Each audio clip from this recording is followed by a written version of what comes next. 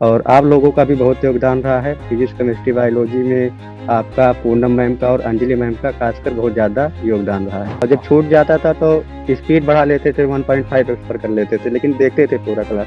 क्योंकि अच्छा, सर हमारा मानना है कि रटने से ज़्यादा तो सुनने से याद हो जाता है। बिल्कुल सही बात। एक बार ऐसा हो गया था कि बैठे बैठे कमर में दर्द होने लगा था, तो अच्छा, 15 दिन तक जिला हॉस्पिटल जो है वहाँ पर हमें भर्ती होना पड़ा था। क्योंकि एक ऐसे बच्चे की कहानी है जिसने डिस्ट्रिक्ट में 9th रैंक लाके यूपी में अपने माता पिता का नाम रोशन किया है। सो मंजिल उन्हीं को मिलती है जिनके सपनों में जान होती है। मंजिल उन्हीं को मिलती है जिनके सपनों में जान होती है। इन पंखों से कुछ नहीं होता, हौसलों से उड़ान होती है।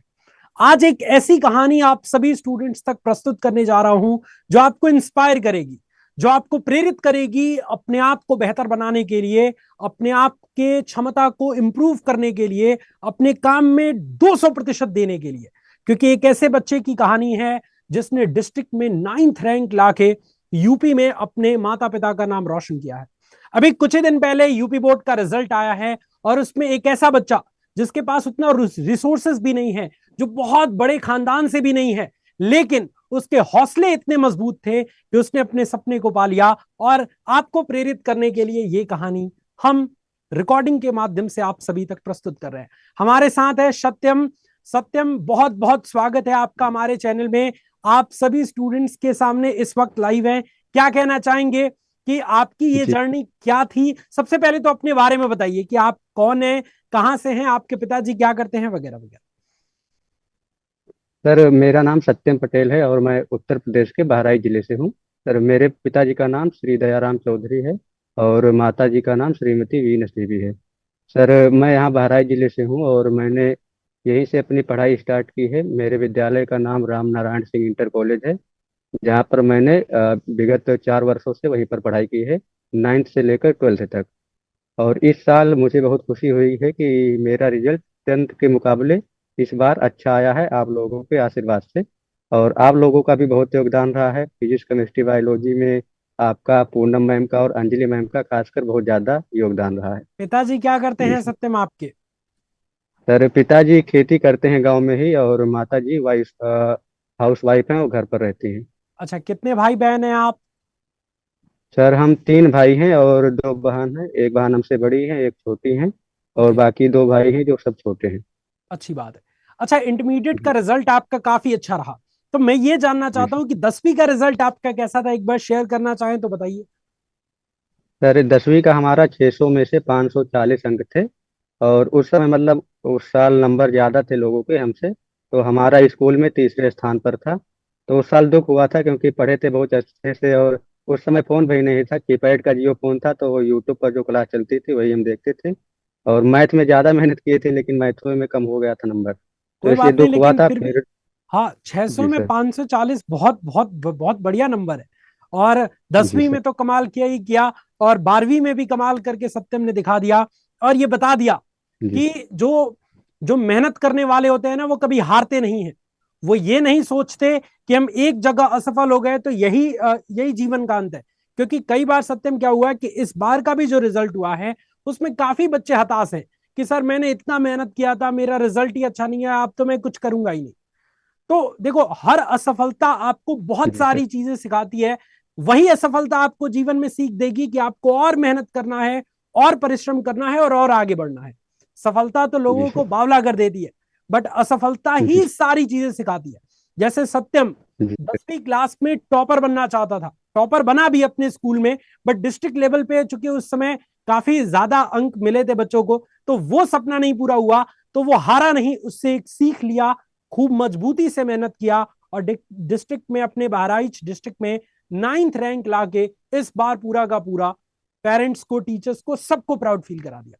और अभी यहां तक ही बस नहीं हुआ, मैं देखता हूँ सीयूईटी की भी क्लासेस लेता है सत्यम हमारे साथ। तो सीयूईटी की भी प्रिपरेशन कर रहे हो सत्यम?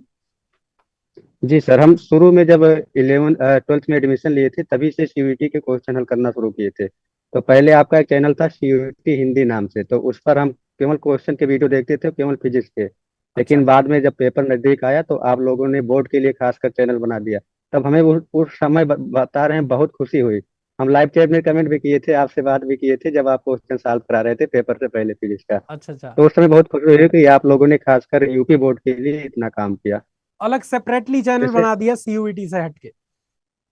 हाँ सर, जैसे खुशी हुई, हम लोग जैसे बैच नहीं परचेज कर सकते, इतना नहीं था हम लोगों के पास पैसा, हम्म। फोन लिए थे बड़ी मेहनत से। तो आप लोगों ने काफी हेल्प किया। जैसे बुक से पढ़ लेते हैं, लेकिन क्वेश्चन के लिए कोई टीचर होना जरूरी है। सही और बात है। आपने मतलब कठिन से कठिन क्वेश्चन आपने कराया, इसलिए फिजिक्स हमारी भी बहुत मजबूत हो गई, केमिस्ट्री खासकर मजबूत हो गई, बायोलॉजी भी मजबूत हो गई, जो लास्ट में रिवीजन कराया मैम ने।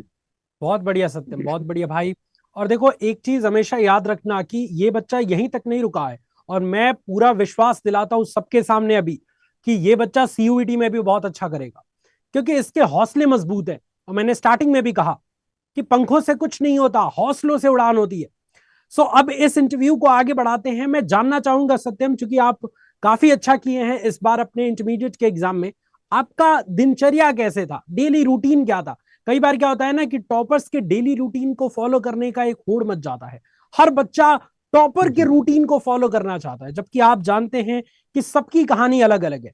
आपकी परिस्थिति अलग होगी, किसी दूसरे स्टूडेंट्स की परिस्थिति अलग होगी। हो सकता है बहुत सारे बच्चों को घर जी पे भी काम करना होता है और पढ़ाई भी करनी होती है। तो आपका दिनचर्या कैसे जी स्टार्ट होता था और किस तरीके आप स्टडी मैनेज करते थे? जरा अपने दोस्तों को, अपने भाई बहनों को विस्तृत से बताइए। जी सर, बिल्कुल सर। हम पहले सुबह उठते थे और तैयार होते थे, 9 बजे से हमारा विद्यालय होता था। तो जी। हम लोग 1 घंटा पहले जाते थे वहाँ पर। बाहर थोड़ा पढ़ना रहता था बैठकर के लिए, वहाँ पर स्कूल के सामने मतलब स्थान है बैठने के लिए, तो सुबह वहाँ पर 1 घंटा पढ़ते थे। फिर उसके बाद विद्यालय में जाते थे, और 9 बजे से मतलब प्रार्थना होने के बाद 9:30 बजे से हम लोगों की क्लासेस शुरू हो जाती थी। ठीक है। फिर वहाँ से 3:30 बजे छुट्टी होती थी। उसके बाद यहाँ पर आने के बाद नाश्ता करते थे, और खाना क्वेश्चन मतलब नहीं हो पाता तो उसे गूगल सर्च करके हल करते थे। फिर सुबह लगभग 2 बजे के बाद फिर सो जाते थे। फिर सुबह वही पैटर्न रहता था हमारे। और क्या बीच बात। बीच में मतलब एक बार ऐसा हो गया था कि बैठे बैठे कमर में दर्द होने लगा था। तो अच्छा। 15 दिन तक जिला हॉस्पिटल जो है वहां पर हमें भर्ती होना पड़ा था। बताओ। कमर में दर्द होने लगा था, रीढ़ की हड्डी में प्रॉब्लम हो गई थी। तो इसलिए मतलब फिर पढ़ाई कुछ दिन के लिए बंद हुई, लेकिन फिर जब शुरू मतलब ठीक हुआ तो हमने शुरू किया अच्छे से। और सबसे ज्यादा हेल्प तो आप लोगों से मिली है, खासकर फिजिक्स हमारा 11th में बहुत कमजोर था, हम्म। क्योंकि टीचर अच्छे नहीं मिल पाए थे। स्कूल में पढ़े थे तो आपको भी पता होगा आजकल के स्कूल में कैसे पढ़ाई होती है। सही बात, सही बात है, लेकिन जब बिल्कुल से, सही। जी सर, जब से आपका मतलब आपसे परिचय हुआ, आपसे पढ़ना स्टार्ट किया यूट्यूब पर, तो काफी अच्छा मतलब काफी अच्छा जो ग्रोथ हुई हमारे फिजिक्स में। जी सर। बहुत बढ़िया, बहुत बढ़िया सत्यम।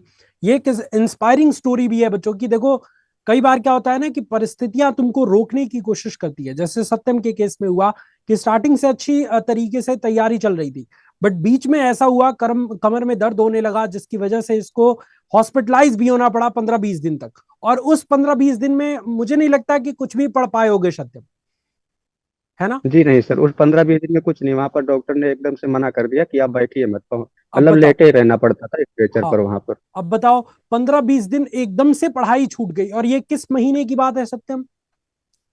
सर लगभग जब मतलब शुरू किए थे 3-4 महीने के बाद, लगभग जो जुलाई के आसपास हुई होगी ये बताओ। प्रॉब्लम। अब उस टाइम जो है वो अगर ये हिम्मत हार जाता कि मेरे दोस्त तो बहुत सारी चीजें पढ़ के आगे निकल गए, लेकिन वो कहते हैं ना कि जिनके हौसले मजबूत होते हैं उनके सपने भी बहुत जल्दी मिल जाते हैं उनको। तो इसलिए हॉस्पिटल से आने के बाद फिर ये बच्चा जुटा, पूरा रूटीन को हमेशा जो है वो मॉडिफाई करता रहा। कई बार क्या होता है, बच्चे एक ही रूटीन को स्ट्रिक्टली फॉलो करने लगते हैं कि जुलाई से जी मैं सर। दिसंबर तक, जनवरी तक एक ही रूटीन फॉलो करूंगा। नहीं, सबकी स्ट्रेंथ अलग अलग है, और हर महीने आप पिछले महीने से बेहतर होते जाएंगे। जैसे जुलाई में जो पढ़ रहे जी हो सर। उसमें लग रहा होगा कि सिलेबस कितना हार्ड है, बट पूरा जुलाई पढ़ने के जी बाद सर। अगस्त में आपको लगेगा कि अरे ये चैप्टर से मैं डर रहा था, ये इतना आसान हो गया। जी सर। फिर अगस्त में आपको मॉडिफाई करना पड़ेगा, सितंबर में अपने टाइम टेबल को मॉडिफाई करना पड़ेगा। तो हर मंथ अपने टाइम टेबल को मॉडिफाई करो, अपनी रूटीन को मॉडिफाई करो, और अपने अकॉर्डिंग अगर तैयारी करोगे तो बेस्ट रिजल्ट आएगा। क्या कभी जी यूट्यूब सर, पे यही हम आपने कहना चाहते थे सर। क्या? जी सर।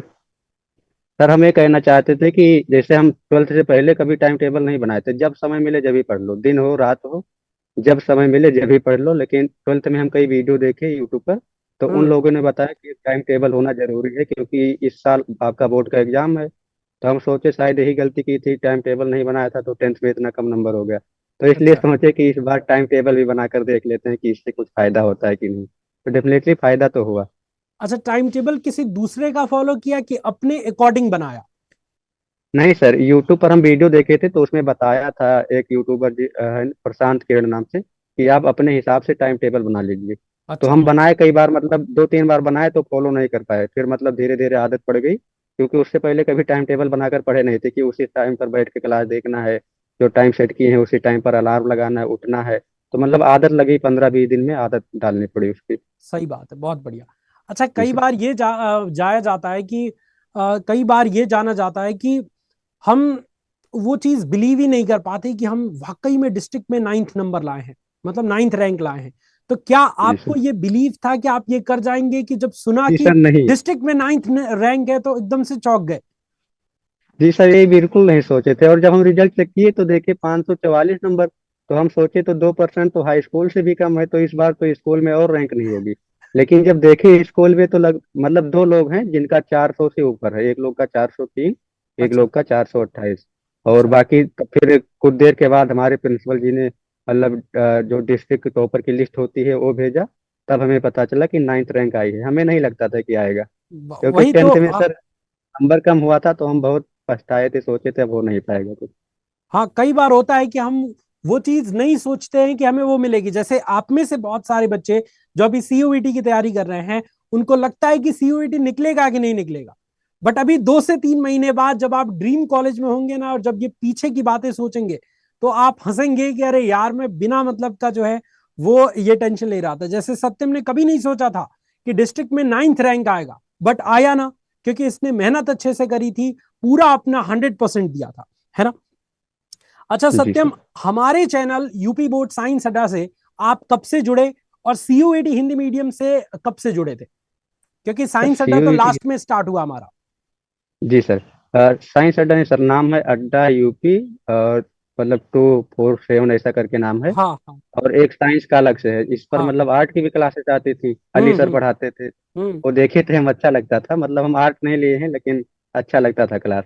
हम्म। और सीयूईटी का जो क्लास था, मतलब हम जनवरी में शुरू की, तब यूट्यूब पर क्लासेस सर्च करते थे, और फरवरी तक हमें पता चल गया कि सीयूईटी का चैनल है और इस पे क्लासेस आती हैं। लेकिन अच्छा। लगभग नवंबर के आसपास आप लोगों ने, बोर्ड एग्जाम से पहले लगभग नवंबर के आसपास हम्म। यूपी बोर्ड की अलग से क्लासेस आप लाने लगे। तो तब से हम जुड़े थे और शुरू से सभी क्लास देखे हैं। अच्छा। 11-11 घंटे की क्लास तक कुछ पर हुई है, साइंस की मैराथन, फिजिक्स हाँ केमिस्ट्री हाँ। बायोलॉजी, हम्म। इंग्लिश हिंदी की, तो हम पूरा देखे हैं, दिन भर बैठ कर देखते थे। और जब वाह। छूट जाता था तो स्पीड बढ़ा लेते थे, 1.5x पर कर लेते थे, लेकिन देखते थे पूरा क्लास। क्योंकि सर माशाल्लाह। हमारा मानना है कि रटने से ज्यादा तो सुनने से याद हो जाता है, बिल्कुल सही बात है। इसीलिए हम क्लास देखते हैं सर। अच्छा, एक और चीज कि सत्यम, चूंकि आप टॉपर हैं, स्कूल भी टॉप किया है, डिस्ट्रिक्ट में भी 9th नंबर, डिस्ट्रिक्ट में कम से कम नहीं भी होंगे तो 50,000 1 लाख से ज्यादा बच्चे इंटरमीडिएट का एग्जाम दे रहे होंगे। उसमें जी 9th sir. Number, 9th rank secure करना, ये अपने आप में बहुत बड़ी बात है। आपको यूपी बोर्ड 2026 के बहुत सारे बच्चे देखेंगे, उनको क्या ऐसा जी सर। टिप्स देना चाहेंगे कि वो अगर टॉपर बनना चाहते हैं, वो अगर अपने पेरेंट्स को प्राउड फील कराना चाहते हैं, अपने टीचर्स को प्राउड फील कराना चाहते हैं, 12th में अच्छा नंबर लाना चाहते हैं, तो उनको क्या करना चाहिए स्टार्टिंग से? सर सबसे पहली बात तो है कि एक रूटीन सेट कर लें जैसे हमने फॉलो किया, हम्म। और सोशल मीडिया से दूर रहें, खासकर जैसे हम इंस्टाग्राम नहीं चलाएं, अब बनाए हैं, जब रिजल्ट निकल गया है उसके बाद इंस्टाग्राम हम बनाए हैं, हाँ। वो भी अपनी वीडियो आर्ट की डालने के लिए। हम्म। सबसे पहले उनको सोशल मीडिया से दूर रहना है, और दोस्त जो बनाने हैं वो सकारात्मक बनाने हैं। जैसे हम्म। हमारे केस में हमारा एक या दो दोस्त हैं, वो भी अच्छे हैं, मतलब ऐसा नहीं कि गाली गलौज करे साथ में और डिस्ट्रैक्ट करें पढ़ाई से। हाँ, ये भी काफी सही ऐसे बात। दोस्त हैं। जैसे 10th में एक चैप्टर हम लोगों का मित्रता नाम से, तो उसमें बताया गया है दोस्त के बारे में। तो हम्म। अच्छे से अच्छे दोस्त बनाए जो केवल पढ़ाई की बातें ही ज्यादातर करें, हम्म। और एक रूटीन फॉलो करें, सिलेबस को समय से खत्म करें। जैसे नवंबर तक आप अपना सिलेबस खत्म कर लीजिए। जैसे अब आप लोग का नया बैच शुरू आप लोग कर रहे हैं, तो बच्चों को जोड़ना चाहिए बैच से, या हम्म। यूट्यूब से पढ़े, लेकिन नवंबर से पहले उनको कोर्स खत्म कर लेना चाहिए। और जो बुक है, मतलब एक या दो बुक कम से कम, जैसे फिजिक्स का है तो हम कुमार मित्तल और राजीव पढ़े थे, तो कम से कम आप दो बुक के न्यूमेरिकल को हल कीजिए।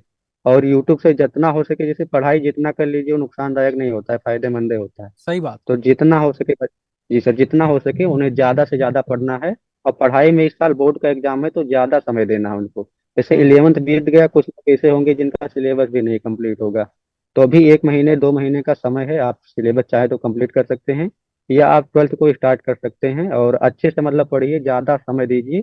अब 14 या 15 घंटे आपको देना ही है, मतलब स्कूल और सेल्फ स्टडी मिलाकर। मिला के, सही यही बात। मैं कहना चाहता हूँ, मतलब तभी आप टॉप कर सकते हैं। और नोट्स का क्या योगदान रहता है? क्या सत्य में आपने स्टार्टिंग से नोट्स बनाए थे? प्रेशर बहुत, सर बहुत योगदान रहता है। हमारा तो लगभग 8 या 9 जो 50 रुपीज वाले रफ आते हैं वो तो हम न्यूमेरिकल से भर डाले। ओ और भाई जो साहब। अनरोल्ड कॉपी आती है जिन पे लाइन नहीं रहती है, उस पे हम्म। बनाते थे हम नोट्स आप लोग का। और जैसे टीचर, जैसे कुछ लोग होते हैं, जैसे आप लोग पढ़ाते हैं तो कुछ ऐसी बातें होती हैं जो हर चीज लिखा नहीं जा सकता, तो आप लोग मुझसे बोल देते हैं। हम्म। लेकिन बच्चों को ये करना चाहिए कि अपना समझने के लिए, जैसे रिवीजन के समय टीचर की हर बात नहीं आ जाए, तो जो टीचर बोलते हैं उसे भी लिख लेना चाहिए, मैं ये बताना चाहूंगा। क्योंकि ऑनलाइन क्लास का यही फायदा होता है कि जो टीचर बोल रहा है, लिखेंगे टीचर वो ठीक है, लेकिन बोलेंगे भी वो भी जरूरी होता है। तो जहां तक हो सके वीडियो को पॉज करके या लिख लेने के बाद जो पीडीएफ फाइल मिलती है क्लास की टेलीग्राम पर, तो उससे वो मतलब जो टीचर बोलते हैं वो लिख ले, और अच्छे से मतलब उसे प्रिपेयर करे, और नोट जरूर बनाना चाहिए। जैसे हम बनाए हैं पूरा physics chemistry biology Hindi English सब नोट्स बनाए हैं। हिंदी का भी बनाए हैं, इससे पहले हम कभी हिंदी नहीं बनाते थे, लेकिन इस साल हिंदी का भी नोट्स बनाए हैं। बहुत हिंदी बढ़िया। सोचते थे अपनी मातृभाषा है तो वैसे आ जाएगी, लेकिन इस साल हिंदी का भी बना लिए। और नोट्स सबको बनाना चाहिए, नोट्स बनाना चाहिए। जो न्यूमेरिकल करते हैं उन कापियों को भी संभाल कर रखना चाहिए। हम्म। क्योंकि ऐसा होता है, जैसे कोई जो चैप्टर है, जैसे कूलाम का नियम वाला चैप्टर है, तो लास्ट पढ़ते पढ़ते पता लगता है शुरू का न्यूमेरिकल वो भूल गए हैं। तो हम्म। इसलिए हम लोग जब नोट्स रखा रहेगा तो एक बार देखेंगे कौन सा फॉर्मूला यूज किया है, और कितना जल्दी हम इसको किए थे, कौन सा ट्रिक इसमें लगाए थे। तो यही बताना चाहूंगा कि नोट्स जरूर बनाए, वो बहुत योगदान होता है उसका अच्छा, बोर्ड एक परीक्षा बात में। बताओ सत्यम यार, मतलब स्टूडेंट्स के दिमाग में बहुत ऐसी चीजें आती है ना, कई बार क्या होता है कि स्टूडेंट ये सोचते हैं कि सर मैं पढ़ा हुआ भूल जाता हूँ, तो वो पढ़ा हुआ याद रखने का कोई तरीका आपके पास है क्या? हाँ सर, है तरीका। जैसे हम हम्म। जो करते थे सर कि हफ्ते में 6 दिन पढ़ते थे, और संडे को जैसे आप लोग की भी क्लास नहीं होती थी, जैसे बोर्ड के टाइम एग्जाम के समय आप लोग क्लास लेते थे संडे को, उससे पहले नहीं होती थी। हम्म। तो संडे के दिन जितना आप 5 सब्जेक्ट पढ़े हैं, जैसे इंटर के या हाई स्कूल के बच्चे हैं जो 6 सब्जेक्ट पढ़े हैं, संडे के दिन उसे पूरा रिवाइज कर लें हर संडे को। ये हाँ। रिवीजन का बेस्ट तरीका। जैसे सिलेबस ज्यादा है तो आप रोज रिवीजन नहीं कर सकते, हम्म। लेकिन सप्ताह में एक बार रिवीजन जरूर करना है। क्योंकि हमारे हिसाब से जो हम पढ़े हैं उनके उसके हिसाब से जो हमारी दिमाग की मेमोरी है, तो लगभग 21 दिन का याद रखती है पढ़ा हुआ। तो हम्म। आप 7 7 दिन पर जब रिवीजन करते रहेंगे तो भूलेंगे नहीं। और ज्यादातर कोशिश करें रटे नहीं, उसे बार बार लिखें, लिखने से ज्यादा याद होता है। सही उसे बात। बार बार लिखना चाहिए। इसीलिए जैसे एक बार जब आप पढ़ाते हैं तो रफ में लिखें, फिर उसी को नोट्स बनाएं अच्छे हैंड राइटिंग में। तो 2 बार लिख गया, फिर आप रिवीजन करेंगे। हर हफ्ते में सोचिए आप रिवीजन करेंगे हर संडे को, तो ज्यादा दिन तक याद रहेगा। हम्म। नहीं करेंगे तो भूल जाएंगे, जाहिर सी बात है। सही बात है, सही बात है। जी। तो भाई देख लो जी यार, सर। अगर तुम रिवीजन करोगे तभी याद रहेगा। कोई दुनिया में ऐसा नहीं है जो एक बार पढ़ के हमेशा के लिए याद रह जाए, है ना? तो याद करने का एक ही तरीका है कि भैया और सर रिवीजन एक करते तरीका और जाओ। बता दें बताओ। सर। जैसे फिजिक्स का और केमिस्ट्री का जो फॉर्मूला याद करना है, तो जो बच्चे जिस रूम में पढ़ते हैं, हम्म। तो एक जो 5 रुपए वाला चार्ट मिलता है बड़ा सा, तो हम्म। उसे लेकर दीवार पर लगा दें, और स्केच ले ले ब्लैक का। तो जो जो चैप्टर पढ़े चैप्टर का नाम डाल के पूरा फार्मूला एक तरफ से लिखते चले जाएं। हम्म। जैसे हम लिखे थे पूरा चैप्टर था जो अपना फिजिक्स में 14 चैप्टर, हम पूरा एक तरफ से लिखे हैं फॉर्मूला पूरा है। वाह यार। एक चार्ट हमारा भर गया था, दूसरा भी आधा भर गया था। जैसे पहले चैप्टर का नाम लिखते थे, फिर फॉर्मूला लिखते थे, फिर उसे ब्रेकर में बंद करते थे, फिर बगल में लिखते थे ये कूलाम का नियम का फार्मूला है, ये विद्युत क्षेत्र की तीव्रता का है, आइंस्टीन का सूत्र है, ये सब लिखते थे। तो इससे फार्मूला जब आप सुबह उठकर एक बार उस चार्ट को पढ़ेंगे तो फार्मूला याद रहेगा। क्योंकि ज्यादातर केस में यही होता है कि फार्मूला भूल जाते हैं इसमें न्यूमेरिकल में, सही तो बात। नहीं हो पाता न्यूमेरिकल फार्मूला के चक्कर में। जी सर। और फिजिकल केमिस्ट्री है जो इसमें, उसमें भी कुछ फॉर्मूले हैं, तो इसलिए यही तरीका है उसको याद रखने का। ना ना, बहुत बढ़िया तरीका आपने बताया कि जो चीज आपको भूलता है उसको एक चार्ट शीट पे लिख के ऐसी जगह आप चिपका दें जहां आपकी नजरें डेली जाती हैं। तो आपका पढ़ाई का जहां स्थान है जी। वहां पे आप उस चार्ट शीट को लगा दें जिसमें फॉर्मूलाज पूरा जो है वो लिखा गया है। क्योंकि मैथ, जी सर। फिजिक्स और फिजिकल केमिस्ट्री, इसमें फॉर्मूला का ही योगदान है भाई। अगर फॉर्मूला याद नहीं होंगे, जी एक सर। क्वेश्चन तुमसे सॉल्व नहीं होगा। तो इसलिए मैं अगर बोलूंगा बात तो यह है हो सर सकता कि है कि तुम अगर, मेरी बात को इग्नोर कर दो, बट ये टॉपर बोल रहा है जी तो सर, इसकी बात माननी पड़ेगी भाई। बात यह है सर कि अगर फॉर्मूला फॉर्मूला आपको याद रहे तो फॉर्मूला से डेफिनेशन भी बन जाती है। हाँ, बिल्कुल सही बात है। ये है ना सर, अगर आपको फार्मूला याद है और एग्जाम में डेफिनेशन पूछ लिया, तो आप बता सकते हैं इसके इसके अनुपात को ये कहते हैं, हाँ, ये आप जैसे बता जैसे सकते हैं उसमें। जैसे वैद्युत क्षेत्र में किसी परीक्षण आवेश पर लगने वाला बल और परीक्षण आवेश की निष्पत्ति वैद्युत क्षेत्र की तीव्रता कहलाती है। ई बराबर हाँ एफ सर, तो अपॉन क्यू। इसी तो इस प्रकार। फॉर्मूले से तुमने परिभाषा हाँ बना सर। दिया, तो इसलिए बहुत योगदान जी सर। आएगा इसका। जी सर, इससे दो फार्मूला, एक जो विद्युत बल लगेगा उसका भी बन जाएगा, या हाँ बराबर क्यू हाँ, इंटू ई, बिल्कुल। और एक विद्युत क्षेत्र का, दोनों मतलब इससे परिभाषा बन जाएंगे। और एकदम ऐसे लिखेंगे तो बोर्ड एग्जामिनर नंबर भी दे देगा, क्योंकि ये गलत नहीं, फार्मूला एक प्रकार से देखा जाए तो जो डेफिनेशन होती है उसी से फार्मूला बनता है, तो इसी का उल्टा किया गया, तो फॉर्मूले से डेफिनेशन आप बना दीजिए। अच्छा सत्यम, यूपी बोर्ड के बच्चों को इंग्लिश काफी परेशान करता है। क्या आपका जी सर, इंग्लिश हमें भी वीक करता सब्जेक्ट था कि स्टार्टिंग से आपने चापा हुआ था इंग्लिश को लेके? है। नहीं सर, हम प्राइमरी से पढ़े थे शुरू में, तो यहाँ 8 तक तो कुछ पढ़ाया ही नहीं गया। हम्म। 9th में हम पढ़ना शुरू किए थे इंग्लिश, तो लगभग 10th में थोड़ा कमजोर था। इसके बाद 11th में बोर्ड एग्जाम नहीं था, तो हम 11th में हिंदी नहीं पढ़े हैं, बुक तक नहीं लिए थे, हम्म। केवल फिजिक्स केमिस्ट्री बायोलॉजी, और इंग्लिश बहुत ज्यादा पढ़े, बहुत मेहनत किए साल भर। हम्म। मतलब बुक लिए, ल्यूटन की ग्रामर बुक आती है, वो ग्रामर लिए बेसिक से पढ़े। तो हम्म। इस साल मतलब अच्छा हुआ, तो 84 नंबर आ गया इंग्लिश में। अरे वाह, हमें तो उतना भी आता नहीं था। बहुत शानदार। इंग्लिश जो सर, इंग्लिश एक ऐसा सब्जेक्ट है जिसमें हम रट कर गए थे, आर्टिकल रट, कई आर्टिकल थे, 5 6 आर्टिकल रटे थे, और एप्लीकेशन रटे थे, पोयम जो आता है, सेंट्रल आइडिया, सब रटे के गए थे, क्वेश्चन तक रट गए थे। बहुत शानदार। अच्छा एक चीज मैं पूछना चाहूंगा, कई बार बच्चों को ये लगता है कि मेरी तो हैंड राइटिंग ही अच्छी नहीं है तो मेरा नंबर अच्छा नहीं आएगा। सत्यम, आपकी हैंड नहीं राइटिंग सर, कैसी है? सर इस समय तो ठीक है, लेकिन 10th में बिल्कुल नहीं ठीक थी। 10th में हमारा आदत था, हम लिखते थे तो ऊपर जो क्या होता है, लिखने के बाद ऊपर लकीर खींचते हैं ना, अच्छा। मतलब कहते हैं कि इसे हाँ। मूड़ी भाग। तो सर वो नहीं करते थे, इसके बाद इसके कारण हमें कई बार टीचर ने डांटा, लेकिन हम बोर्ड में भी वैसे लिखा है। लेकिन हमें नहीं लगता कि हैंड राइटिंग से नंबर कटता है, क्योंकि 10th तक हमारा हिंदी और इंग्लिश कोई राइटिंग ठीक नहीं था। अब तो 12th में काफी इम्प्रूवमेंट हुई है, लेकिन 10th में नहीं ठीक था, और नंबर भी अच्छे मिले थे। तो तो मुझे ट्वेल्थ नहीं में, लगता कि हैंड ट्वेल्थ में राइटिंग। मूडी बनाते हैं कि नहीं उसका? हाँ सर, अब इसीलिए तो वो कॉपी लिए हैं जिसमें लाइन नहीं होती है, बहुत शानदार। अनरोल्ड कॉपी लिए ना। बहुत शानदार। जी सर, तभी आदत पड़ेगी, क्योंकि बिना लाइन वाली कॉपी पर लिखेंगे और मोड़ी नहीं बनेगी तो ठीक है, नहीं लगेगा। हाँ सही तो बात है। इसलिए हमारे दिमाग में आया कि इस बार यही कॉपी ले लेते हैं साल भर, हाँ। तो आदत बन गई एक साल में। लेकिन जी। लेकिन हैंड राइटिंग मेरा मानना है कि ऐसा भी नहीं होना चाहिए कि एग्जामिनर को समझ ना आए। नहीं सर, ऐसा है, अगर आपका 10th में पहुंच गया, हैंड राइटिंग बिल्कुल नहीं है, तब तो आपका कुछ नहीं हो सकता, क्योंकि अगर एग्जामिनर को समझे नहीं आएगा तो चेक कैसे करेगा।